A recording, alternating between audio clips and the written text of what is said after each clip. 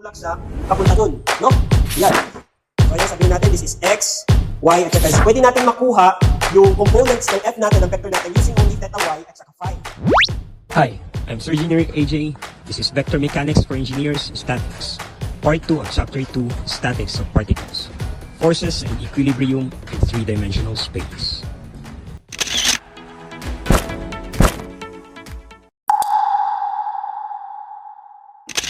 We have here the part 2 ng chapter 2 natin, no? So, yung part 1 natin, yung tinapik natin doon, adding forces, no? Getting or resolution ng mga vectors, no, in two-dimensional. So, yung part 2 natin, we have for 3D, no? So, yung sabi natin last time, ito yung objectives natin, no? Ito yung content ng chapter na to. So, hinati natin to into 2. So, we have yung 2D na part and then yung 3D na part natin. So, sa ngayon, nandito na tayo sa 3D, no? So, yan yung mga objectives. And then, let's start. If we have a vector, say vector f, on a 3D plane or 3D space, so ayan, sabihin natin, this is x, y, at saka z axis. At ito yung vector natin, no? Di ba yung sa 2D natin, 2D pa lang tayo, ayan, di ba yung vector natin can be resolved into two components, no? The x and the y, no? So ngayon, sa 3D space natin, yung vector natin is now defined by by three components. So it should have a component on x, y, at saka z natin, no? So same sa ginawa natin sa sa 2D, yung ginawa natin sa vectors natin, di ba, ni-resolve natin into components, no? So yan din yung gagawin natin dito. In order for f to be defined in a space, it should have a component along x, pero pwede naman 0. Along x, along z, at saka along y natin. So yan yung i-discuss natin dito. So paano to i-resolve? So meron tayong two ways to resolve this, no? So first way to resolve this one is using phi at saka theta y. So anong meron dito? So sa 2D plane natin, if we have a vector, ayan, 2D pa lang, if we have a vector, and then i-try natin to i-rotate pa ganyan sa y-axis natin. So from xy plane, ni-rotate natin dito sa y at an angle phi, makakagawa tayo ng plane wherein our vector is contained, no? So ayan. So say yung pag-rotate natin is at angle phi. And then yung f natin from plane OBAC is at an angle theta y from the y-axis, no? So we have two angles here. Now, paano natin ito magagamit para makuha natin yung f of x, f of y, at saka f of z natin? No? So, let's have this one. So, looking here, ano yung mapapansin nyo? Di ba, we have a plane here, no? And then, at an angle, theta y. Kung titingnan natin to normal to that plane, ano yung mapo-form natin na triangle? We have a right triangle, di ba? Meron tayong right triangle na ano yung sides niya? We have OBA, tama? If this is O, this is B, this is A, yung theta y natin is at an angle dito, no? And then ito siya is yung F natin. Di ba? Di ba yung F natin, may component siya sa X, Y, at saka sa Z? Kung titingnan mo dito, yung component niya sa Y is itong Fy natin. So basically, that is just yung side ng triangle natin dito. F of Y. Tama? So, ayan. Now, dito naman tayo. Kung titingnan natin to from the top view, itong F natin dito will cast a shadow na F of H, no? This F of H here is the same length as ditong nasa taas, no? So, this length, the same lang yan. Therefore, this triangle here is also our F of H, no? And then, kung right triangle to, magagamit natin yung Pythagorean, no? So, since theta y at saka FH natin, they are opposite, no? Therefore, ano yung value ng f of h natin? We have opposite man. So, we have f sine theta y. Tama? How about f of y? Yung f of y natin is adjacent. So, we have f of y is just f cosine theta y. Tama? So, ayan. Now, tingin naman tayo dito.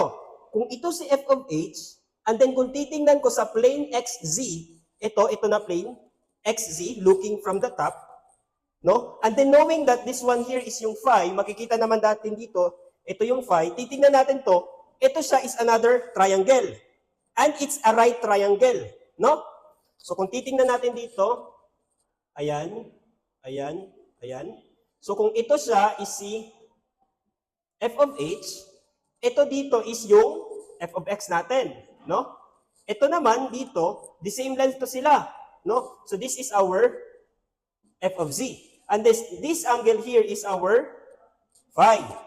So looking at our right triangle, ano yung value ni fx? Fx is just fh cosine phi, no? How about fz? Fz is opposite, so we have f sine phi. Tama? Now, di ba yung gusto nating hanapin dito is ano yung value ni f of x, f of y, at saka f of z natin. So looking at here, nakuha na natin si f of y, that is f cosine theta y. So isulat na lang natin, fy is just f cosine theta y. Okay? How about si fx? Fx is fh cosine phi. Now, ano naman yung value ng fh? Fh is f sine theta y. So, substitute lang natin. We have fh natin is just f sine theta y cosine phi. No? So, ayan. How about fz? Fz natin is f sine phi. Ay, wait lang. Hindi to f. Ito siya is fh, no? So, this is fh, no? So, fh sine phi.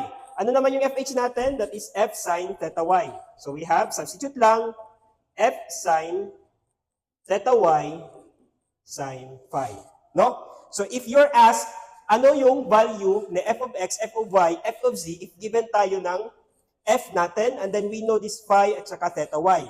So, simply, the formula is, to get fx, ito lang. To get fy, we have this one. And to get fz, ito lang. No? So, substitute lang natin. No? So, that's how we resolve a vector given tayo ng theta y at saka phi natin. No? So, one way lang yan. So, meron pang another way. Erase ko muna to. Ayan. Other way is to use direction cosines. So, anong meron dito? So, di ba kanina, meron tayong vector f, and then, meron tayong angle na theta y. That angle theta y is from the y-axis papuntang f natin. No? That is theta y. Now, what if yan din yung gagawin ko sa theta x, theta z? Theta x is we have the angle from x-axis papuntang f. And then, lastly, we have theta z. The angle from z-axis papuntang f natin. Diba? Paano natin makukuha tong theta y natin dito? Ay, yung fy natin dito, diba? Ito yung fy. No? So, yung nakita natin, ano yung ginawa? Gumawa lang tayo ng right triangle. Diba? Kasi ito na edge hanggang dito sa top, this is right angle. Dito. No? So, this is our fy. This is our theta y. So, simply, if this is our f, yung fy natin is just simply f cosine theta y. Tama? Or i-rearrange ko lang to. Ano yung value ni cosine theta y? That is just adjacent over hypotenuse. No? So we have f of y over f. Okay? How about dito? Theta x. No? Kung titingnan nyo dito sa ano, wala pala akong dalang chalkboard, no? Ito, at saka ito na edge, they are in right angle. No? May imagine nyo naman, no? Right angle yan. So, para makaform kayo ng triangle na paganito. If this is theta x, this is our fx, and this is our f, simply, the cosine of theta x is just adjacent over hypotenuse. No? So, we have f of x over f. Okay? So, how about dito tayo sa theta z? No? So itong edge na to at saka itong line na to is in 90 degrees, no? So makakagawa na naman tayo ng another triangle, no? If this edge here is f of z and this one here, ito siya is our f, and the angle between them is theta z, the cosine of theta z is simply just adjacent over hypotenuse or fz over f natin. No? So kanina, pwede nating makuha yung components ng f natin, ng vector natin, using only theta y at saka phi. So the other way to get the components ng f natin is the use of these angles, no? Theta x, theta y, at saka theta z natin. So makikita nyo naman, no? Makukuha natin yung mga components using only the theta x, theta y, at saka theta z natin. Now, yung f natin, sulat muna natin dito, no, yung mga cosine. Cosine theta x is just fx over f. Dito na lang. Cosine theta y is just fy over f, and cosine theta z is just fz over f natin. Erase ko muna to, ha. Let's have an example. Apply muna natin. A force of 500 Newton forms an angle of 60, 45, and 120 respectively with the x, y, and z axis. So ito yung theta x, theta y, at saka theta z natin. Find the components of f of x, f of y, and f of z of the force and express the force in terms of unit vector. No? So ano yung hinahanap niya? The components. No? So from our equations here, paano natin makukuha yan? So sa f of x is simply just f cosine theta x. Tama? So, sulat lang natin. Ano ba yung f natin? F natin is given. We have 500 newtons.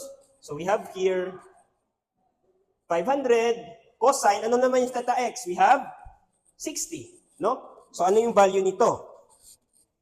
We have here 250 newtons. So, the same as with fy, we have f sine theta y. So, that is 500 sine, ano yan? 45, no? Ay, hindi, cosine pala, sine ano ah. We have, fy is just f cosine theta y. So, cosine. So, we have here cosine of 45. So, the answer is 354 newtons. Same as with fz, we have f, which is 500, and then cosine theta z, which is 120, we have here our fz as negative 250 newtons. No? So, ayan lang. And then, ano yung sabi dito? Express the force in terms of unit vectors. So, in IJK form, no? IJK form meaning, yung f natin is just fxi, fyz, fyj, then fzk, no? So, ano yung fx? We have 250. Fy, we have 354j, then minus 250k. So, ito na yung in terms of unit vectors. So, ito lang, no? Very simple. Now, let's have another example. We have here, a force F has a component 20, 30, negative 30, and 60 respectively. Determine its magnitude F and the angles theta x, theta y, and theta z it forms with the coordinate axis. No? So, ayan. Paano natin yan isi-solve? Yung hinahanap dito is yung magnitude. So, kabaliktaran. No? Kabaliktaran ito. So, if given ka ng f of x, hindi naman tayo given ng theta x. No? So, hindi natin makukuha yung f. So, paano natin kukunin yung f? No? Paano natin kukunin yung f? Hindi ko na-discuss kanina, no? Sige na lang. Sa three-dimensional natin, pwede natin i-extend yung Pythagorean theorem natin, no? Kung sa 2D, yung Pythagorean theorem is c squared is equal to a squared plus b squared. Sa 3D, we have, for example, f, that is just equal to f of x squared plus f of y squared plus f of z squared. So, yan lang yung extension, no? CZ. Okay. So, knowing this, pwede natin makuha yung magnitude nito. So, substitute lang natin. Given naman tayo nito, no? We have 20, negative 30, and 60. So, we have 20 squared plus negative 30 squared plus 60 squared. So, makakakuha tayo ng F equal to 70 pounds. No? So ayan, this is our f. So now we can use these equations, no? Ano yung theta x natin? Di ba ito yung mga hinahanap? So from our equation, pwede nating i-transpose to, magiging cosine inverse. So therefore, yung theta x natin is just cosine inverse of f of x over f. Substitute lang natin, cosine inverse of the f of x is 20 over, ano naman yung f? We have 70. So solving this one, makakakuha tayo ng theta x equal to 73.4. No?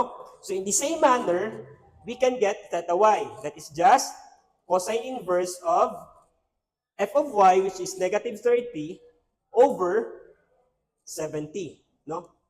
So makakakuha tayo ng 115.4 degrees. No? How about theta z? The same pa rin. Cosine inverse of 60 over 70, that is equal to 31 degrees. Okay? We have this one. Di ba yung vector natin can be written in IJK form, no? So ito yung IJK niya, f of xi plus f of yj plus f of zk, no? Now, tingin kayo dito. Yung f of x natin is simply just, ano yung f of x natin? F of x is just f cosine theta x, no? F cosine theta x. Now, follow yan. Fx is just f cosine theta x, fy, ito, theta y, and then fz, f cosine theta z. Now, if i-substitute natin to dito, ano kaya yung mangyayari? Kung titingnan natin to, lahat sila may f. So, pwede natin i-factor out, no? So, kung i-factor out natin yan, our vector f is equal to f, parenthesis, cosine theta x, I, plus cosine theta y, j, plus cosine theta z, k. So, ayan, no? Our f here, di ba yung mga f natin dito, these are the, ito yung mga magnitude, no? Magnitude ng f natin. Ibig sabihin kung gaano kahaba to, no? So, ang vector natin is defined by its magnitude and direction, no? So, kung yung f natin dito defines its magnitude, ito dito should define the direction, no? So, kung ito yung magnitude, ito yung direction natin, no? Makikita nyo naman, no, na ito yung magde-dictate ng direction natin kasi yung mga angle dictates kung saan tuturo yung arrow natin, di ba? Yung theta x from x, theta y from y, and then theta z from z-axis. So, matuturo niya kung nasaan, no? So, this one here, ito sila lahat dito, that is our lambda. It dictates the direction of our vector, no? So, ito siya, yung vector f natin, can be written in the form of the magnitude of the vector times the vector lambda, no? So, this one here states the magnitude, this one here states the direction. Okay? The direction.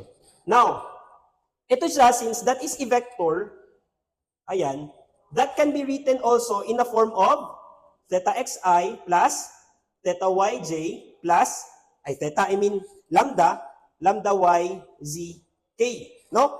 Kasi vector to siya. Kung makikita nyo yung pattern, yung lambda x natin is just equal to cosine theta x. Lambda y natin, cosine theta y. Lambda z natin is just cosine theta z. So ito sila, pwede kong isulat that is equal to lambda x. Ito naman, this is my lambda y. Ito naman, this is my lambda z. At ano yung mga tawag natin dito? Ito yung mga tinatawag natin na direction cosines, no? Direction cosines, that is just simply the cosines of the directions, no? So ito yung mga directions natin, and then kinosine natin, kaya naging direction cosine. Okay? So ayan lang, no? And then if we try, di ba ito, vector to siya, no? Kung vector to siya, meron to siyang magnitude at saka direction, no? So kung ito siya, nag-dictate na sa direction, ano yung magnitude niya? Wala naman tayong minultiply dito, no? Wala tayong kagaya nito na minultiply. So, pwede natin ito masabi that the magnitude of our lambda is simply just 1, no? So yung lambda natin is a vector having only 1 unit, no? 1 unit. Ibig sabihin, kung 1 unit yan, kung kukunin natin yung magnitude niya, ano yung gagawin? Di ba kung kukuha tayo ng magnitude, i-Pythagorean lang natin. So, lambda x squared plus lambda y squared plus lambda z squared is simply just equal to 1. Okay? So, 1 lang. So, ayan lang.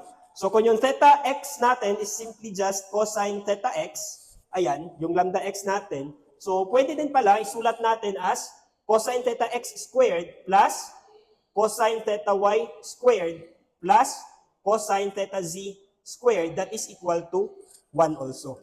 No? Kung i-square root natin to. No? Or pwede naman natin tanggalin yung square root, no? Kasi kapag i-squared natin both sides, ayan, makakancel yung square dito, makakancel to, and ito din, 1 times 1, that is 1, no? So, pwede natin to, tanggalin lang yung square root. So, yan lang yung mga equations natin dito. Okay? Klaro? Klaro? So, ito yung mga magagamit natin na equation, no? Ito mga direction cosines. Ito siya. Ito. Ito. So, ayan lang, no? So, proceed tayo. Wala kayong questions? Wala pa so far? Sige. Let's proceed. Now, we have this one. If na may question, pwede ragod mo mga tanan, no? Nayo pa na orag nag-isod ng sabot. Sige lang. We have this one.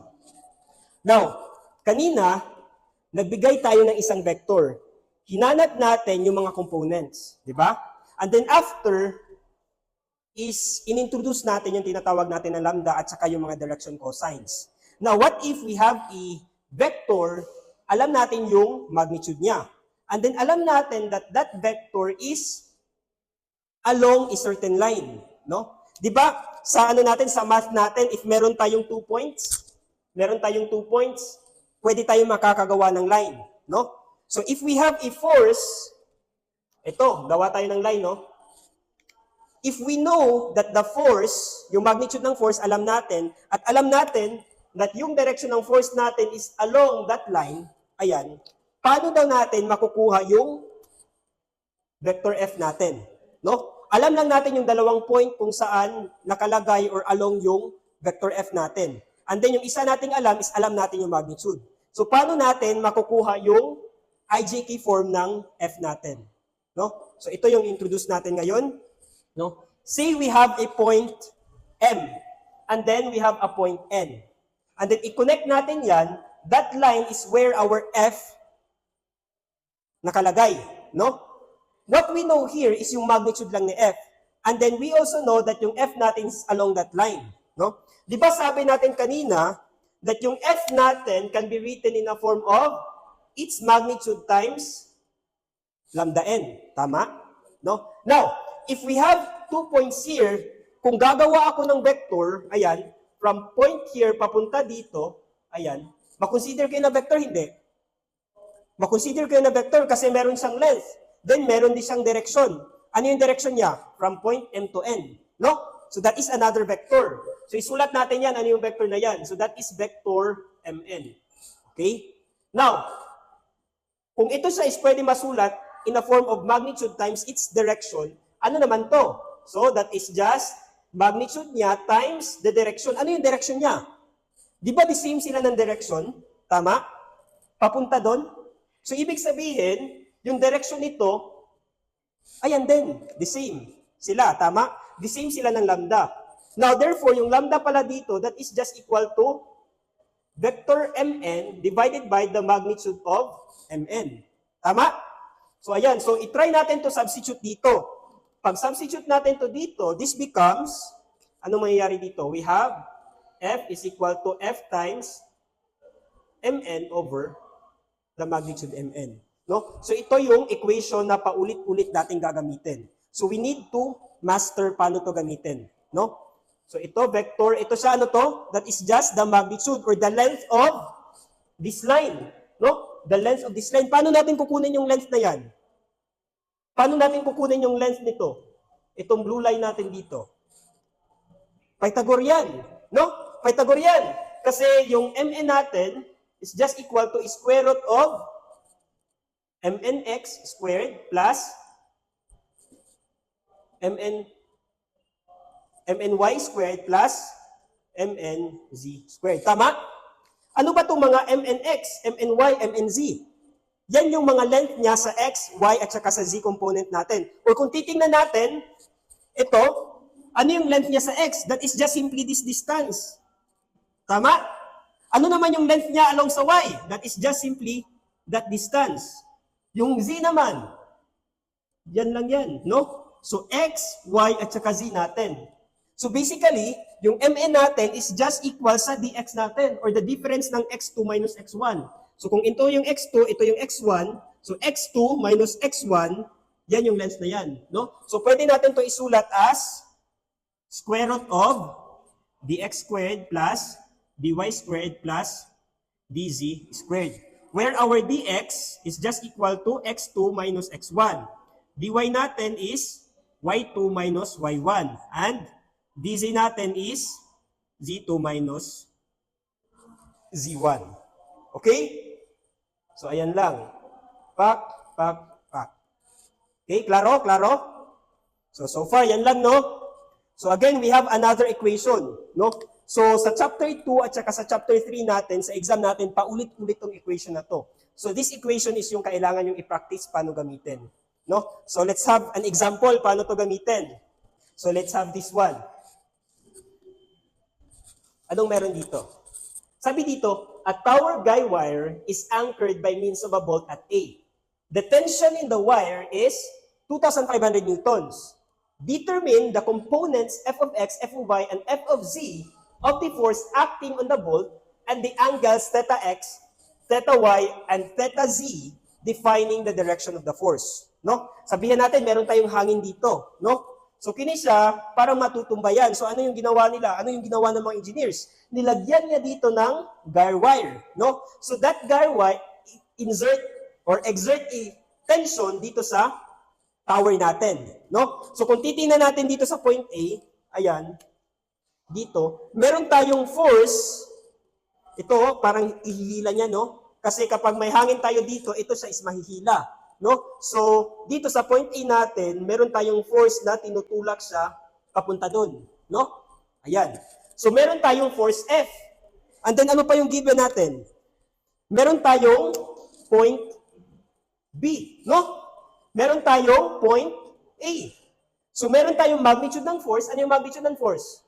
Given tayo, 2,500. And then, meron tayong dalawang points. So, ano yung magagamit natin na formula?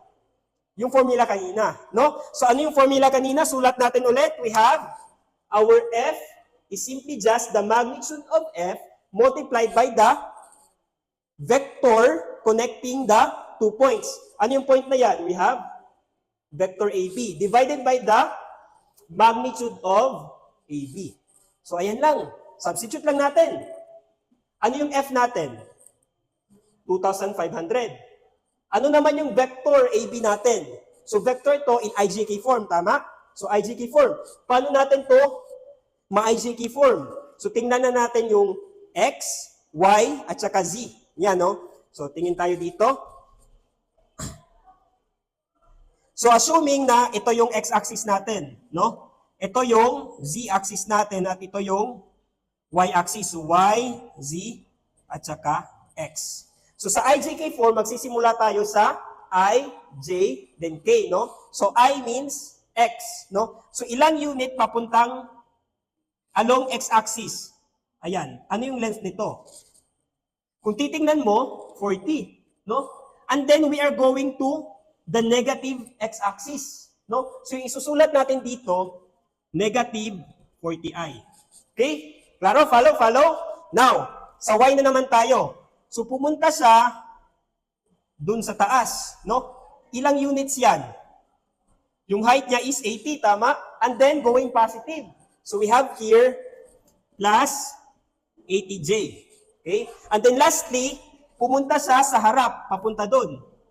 Ayan, sa positive Z. Tama? Positive Z. So, ano yung length na to? That is 30. So, we have here, plus 30K. Follow? So, ito yung medyo, anong tawag doon? Nako-confuse yung mga students ba? Paano mag-solve ng vector AB? No? Now, paano i-solve yung magnitude ng AB? We have the square root, no? So square root lang natin to. We have negative 40 squared plus 80 squared plus 30 squared, no? Ayan. So isolve natin to, 2,500 times negative 40 divided by the denominator, that would result to,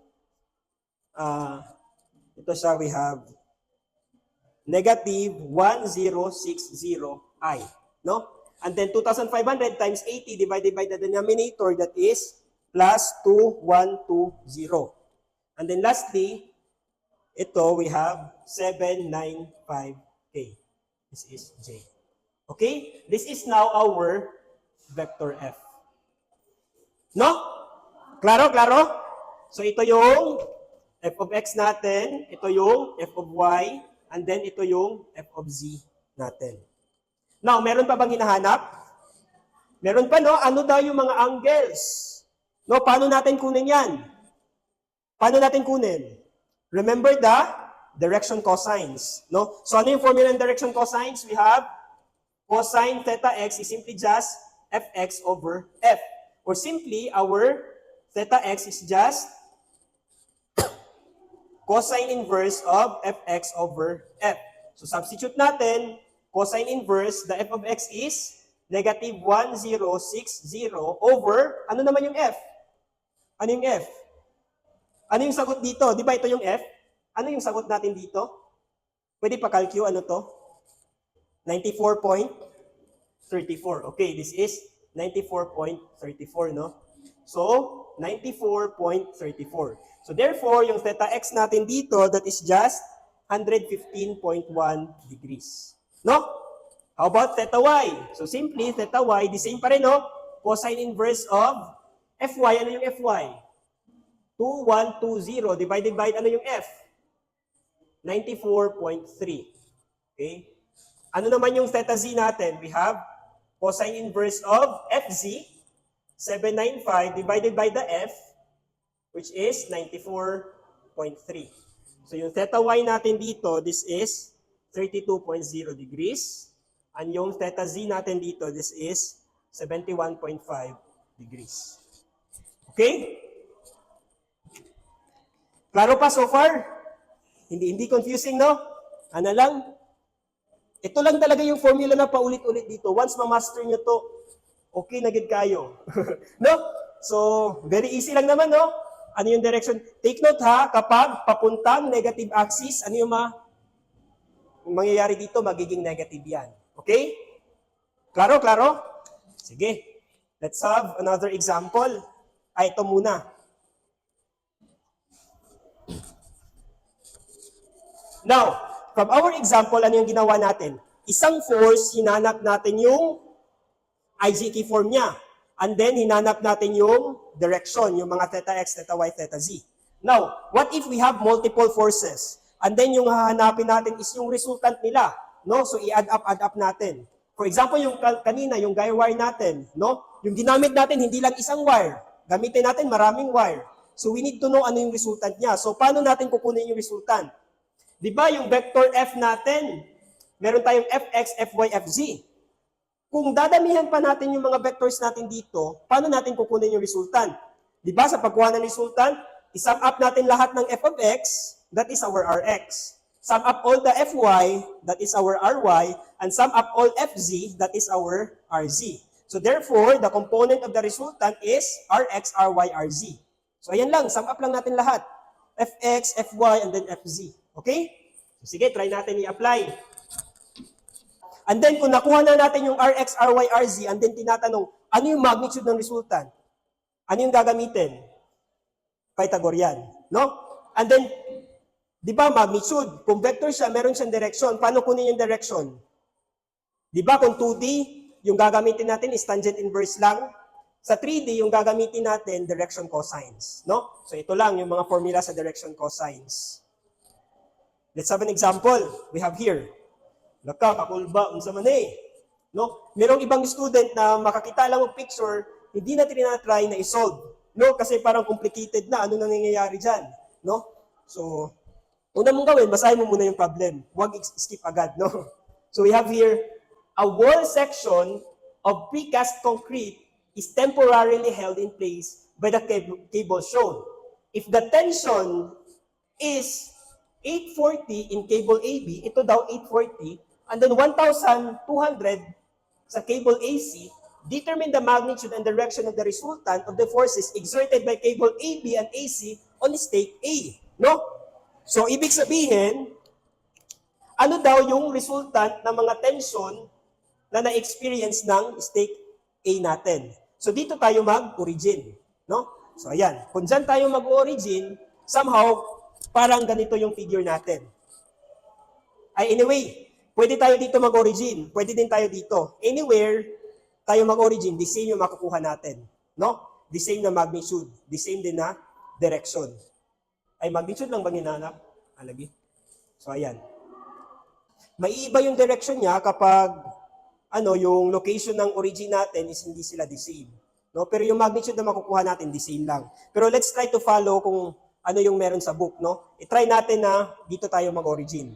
Okay? So kung dyan tayo mag-origin, yung tension is, ito no, sinabi sa problem, 840 yung magnitude. And then yung tension na isa is 1,200.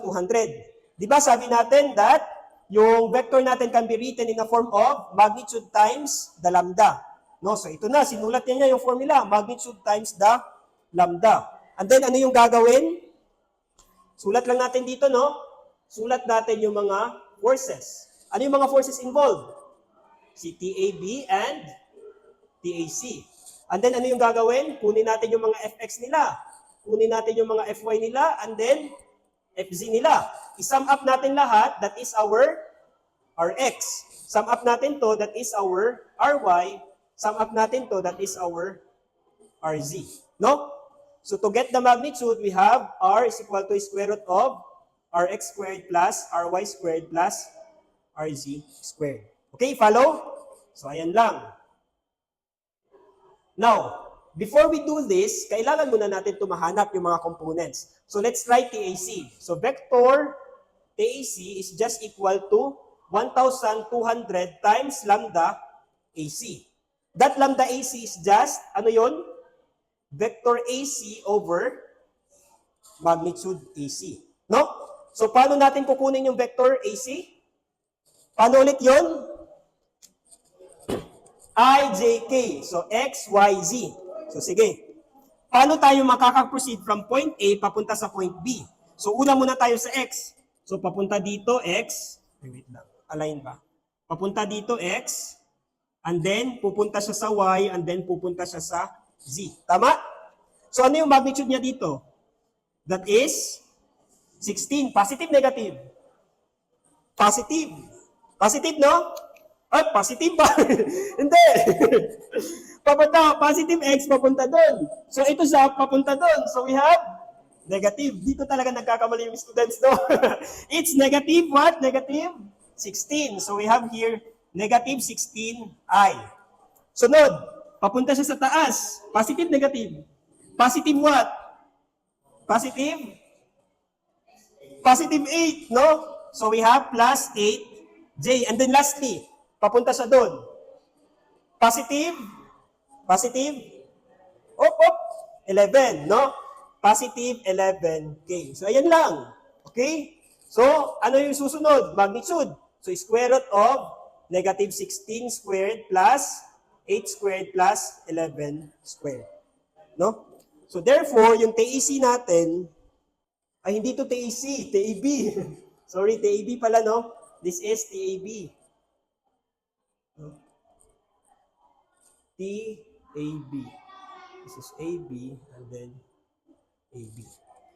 Okay? So yung TAB natin, this is equal to negative 640i plus 320j plus 440k. So ayan lang. No? So isulat natin dito, we have negative 640, we have 320, and 440. Follow? So ayan, klaro ha? Punta na naman tayo sa TAC, no? We have tension AC. Ano yon? Ano yung magnitude niya? Uy, wait lang. Hindi pala to 1,200. We have 840. Sorry. This one here is 840. Ito din, we have 840. Okay? Follow? Wala rin na-confuse? No? 840? Klaro, klaro. So, dito tayo sa TAC tayo, TAC. So, TAC is just, pila na? 1,200 lambda AC. Ano yung lambda AC natin? That is just vector AC divided by magnitude AC. No? So, sige, sulat natin. We have 1,200 times, ano yung vector AC natin? Sige, tingin tayo dito. AC, no? From I, J, K. No? So, we have I, the same sila ng I, then J, and then papunta sa K natin. Tama? So, ayan. Ano yung I natin? Sige, tingin kayo, ano yung I? Negative 16. No? Negative 16I. Ano yung J? Positive 8. So, positive 8J. And then, ano yung K? Okay, it's negative 16K. Master na ninyo. Master na, no? We have a square root of negative 16 squared plus 8 squared plus negative 16 squared. Sulat natin yan. We have our TAC equal to negative 800I plus 400K, ay J pala, minus 800K. Okay? So, sulat natin dito, negative 800, positive 400, and then lastly, we have negative 800. No? Sige. So, try natin i-total. Negative 640 minus 800, we have here our negative 1440. Tama ba? Tama. Then ito, we have 720. No? And then lastly, we have, wait lang. Parang may mali.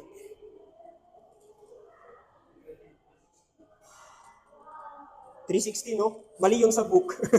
No, we have negative 360. Yung sa book is negative 300. Sige lang. So, ayan. So, we have now the components of our resultant. So, try na natin i-substitute dito. Negative 1440 squared plus 720 squared plus negative 360 squared. So, our R here is equal to 1,650 pounds. Ayan lang. Very easy, no? Gawa ka lang ng table, gamit ka lang ng formula nito, no? So, ayan lang. For sure, kung hindi kayo yung hindi lang kayo mali sa sign ba, mape-perfect nyo to, yung mga exam na to. No? Kaya-kayo ba? Kaya? Kaya-kayo, oy. Klaro, wala kayong questions? Klaro pa? Sige. Let's have another example. Now, di ba yung hinanap natin dito is, kung meron kang tension papunta doon, hinahanap yung resultant. No? Now, what if meron akong object dito, no? May tension papunta doon, and then may weight siya na papunta doon sa baba. Di ba? Tama? Kung ito siya is hindi nag-move, in static equilibrium, ibig sabihin yung tension doon, plus yung tension doon, plus yung weight dito would equate to 0. No, 0 kasi static equilibrium. No? So, for example, let's have this one. No? If we add all the forces, and that object is in static equilibrium, ibig sabihin, the summation of f of x 0, f of y 0, at saka f of z 0. So, ayan lang, no? Sorry sa disturbo. Pero sir. Sige. Klaro? No? So, ito siya, magiging 0 lang. No? So, sige, let's have an example. So, we have here, a 200 kilogram cylinder is hung by means of two cables AB and AC that are attached to the top of the vertical wall. A horizontal force P perpendicular to the wall holds the cylinder in the position shown. Determine the magnitude of P and the tension in each cable. No? Ano yung sabi dito? Meron daw tayong force P, no, that holds to the wall holds the cylinder in position. So ibig sabihin, in static equilibrium, no? In position, hindi siya gumagalaw, no? That position lang. So ibig sabihin, yung tension AB plus tension AC plus that force P plus the weight should equal to 0. No? So gagawa tayo ng table ulit. No? Sulat natin ano yung mga forces. Ano yung mga forces dyan? We have tension, tension AB, tension AC, the force P, and the weight. Yung weight natin, that is also a vector. No? So ano yung gagawin? Kunin natin yung f of x, f of y, and f of z. No? Pagkuha natin dyan, ano yung mga total dito? Our Rx is 0. No? Our Ry, 0. Our Rz, 0 din. No? So now, kung titingin tayo dito sa P, yung P natin, may component ba along Y? Wala. Along Z? Wala. Meron lang siyang component along X. Positive, negative? Positive. So we have our P, Px dito, ito siya 0, ito siya 0. Tama? How about Y? May component ba siya sa Z at saka X? Wala, no? So we have 0 siya sa X, 0 din siya sa Y. Now, ano yung value niya sa Z? Ano yung value niya sa Z? 200 kilogram? Ano yung unit ng force natin? Kilogram or Newton? Newton. So, dapat i-multiply pa natin, no? So, we have here 200 times 9.8. Positive, negative? Negative. Huwag kalimutan talaga yung negative, no? Huwag kalimutan yung negative. So, ayan. So, proceed tayo sa TAB and TAC natin. So, looking here, sabihin natin, yung origin natin is at this point, no? Ito dito, no? So, ano yung hahanapin natin? Yung TAB is just equal to the magnitude of TAB. Given ba tayo ng magnitude? TAB. At 200 kg is hung by means of cables AB and AC attached to the top of the... Hindi tayo given, no? So sige, sulat lang natin. Magnitude TAB daw to. TAB. Then, i-multiply natin sa vector AB over magnitude AB. Tama? Tama, no? Follow? So, ayan. So, sige, sulat natin. TAB, hindi tayo given. Multiplied by... Ano naman yung vector AB natin? Sige, yung lagi natin ginagawa, no? Punta tayo sa x-axis, pupunta sa y-axis, pupunta sa z-axis. Ayan lang, yung direction. Sige, kayo yung magsabi. Ano yung I natin? Looking at the figure, ano yung I natin? We have? Ha? Ano yun? Ano yung I natin? 1.2. 1.2, negative, no? Negative 1.2i. Klaro? Ano naman yung y? Ano yung y natin? Hop, ano yung y? Hop, mali. Hop, mali din. Ha? 10, no? Kasi ito yung height natin. Minus 2, ito na ito. No? Oh, minus 2. So ito dapat. Positive, negative? Positive 10j. Klaro? How about sa z? Ano yung z natin? Tingin kayo sa figure. Ano yung z natin? Ha? Ano? Sure ka? 8? 8 ba? Oh, 8, no? Klaro kayo, 8, no? We have our... Ani, nanubra de ko drawing pod. Ani ra de ay ni. Papunta dito, dito, and then dito. No? Kaya na-confuse. Sige. Klaro? Klaro pa so far, no? Klaro? So we have, ano yung isusulat dito? Positive 8k. No? So we have square root of negative 1.2 squared plus 10 squared plus 8 squared. Okay? So ayan. So let's have, sulat ko na lang yung sagot, no? So yung TAB natin is equal to negative 1.2 divided by the denominator times TAB, no?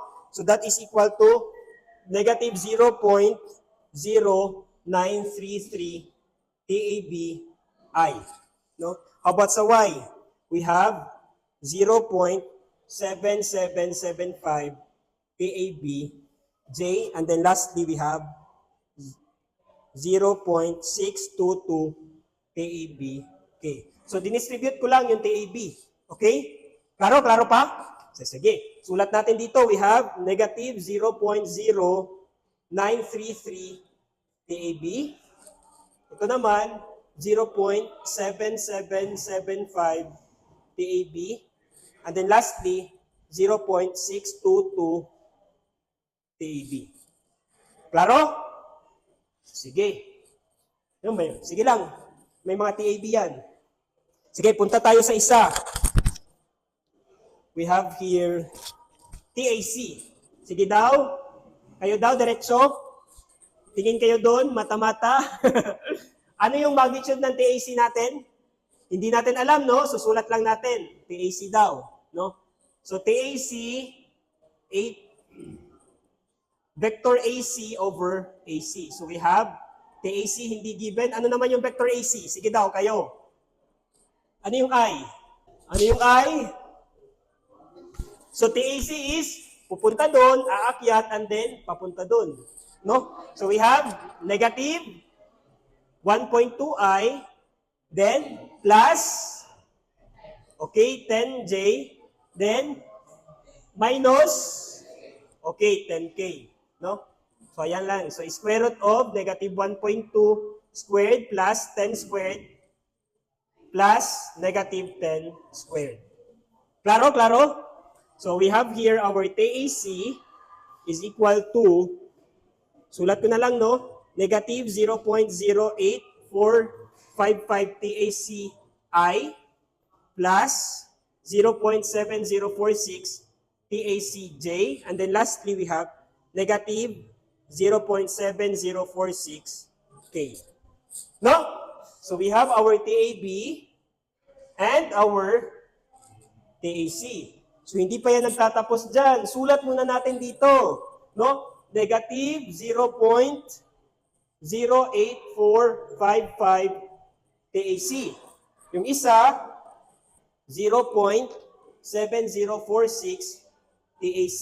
And then lastly, negative 0.7046. May TAC pa to. TAC. Okay. So, ayan lang. No? Diyan ba tayo magtatapos? Ano yung sinabi sa problem? Determine the magnitude of P. So, yung P yung hinahanap. Paano natin yan hahanapin? No? So, ito, makakabuo tayo ng tatlong equation. No?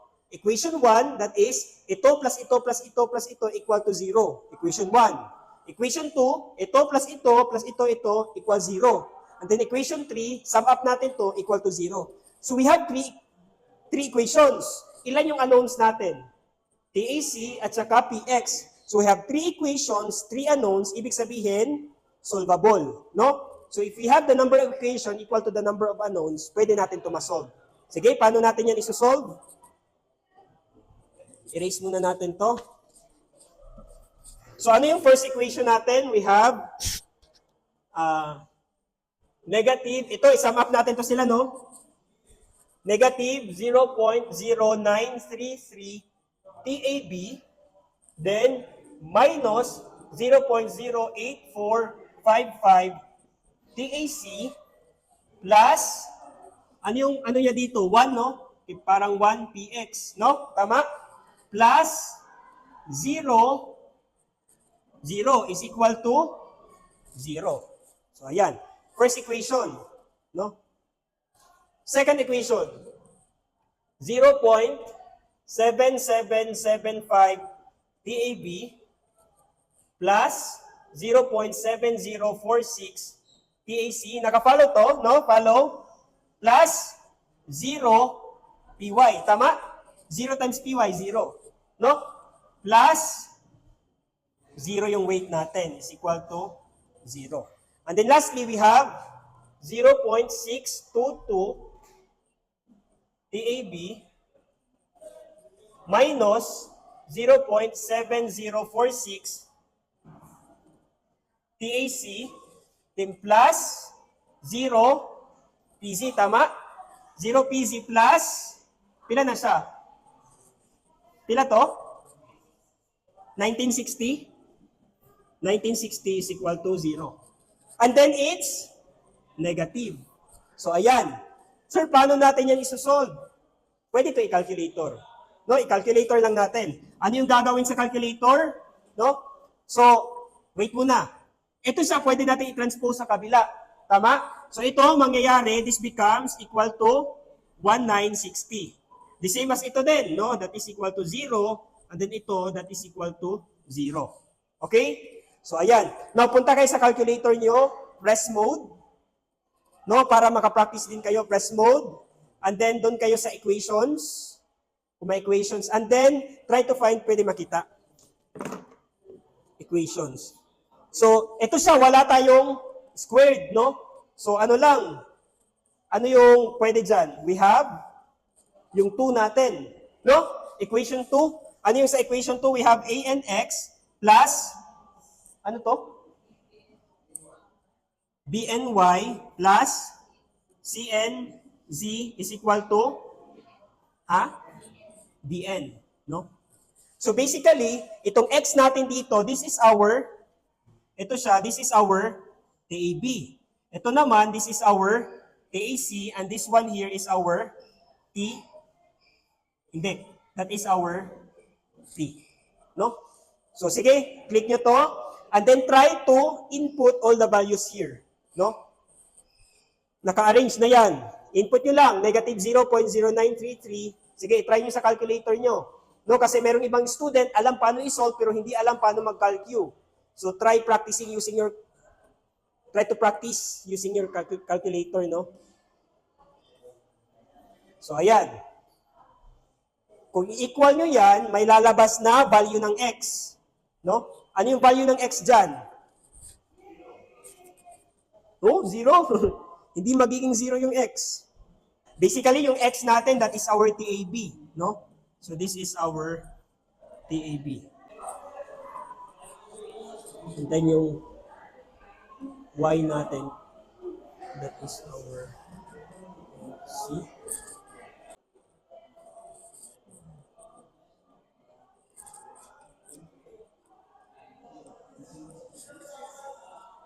Ha?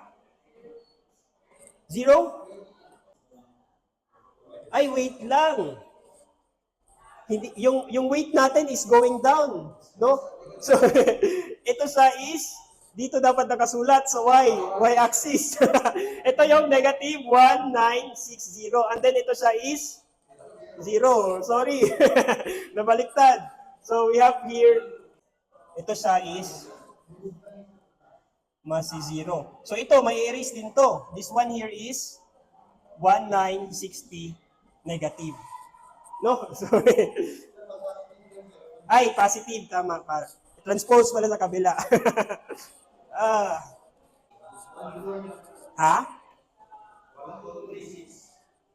Yung TAC? 1236 newtons. How about yung X? 14 pa rin? 1400.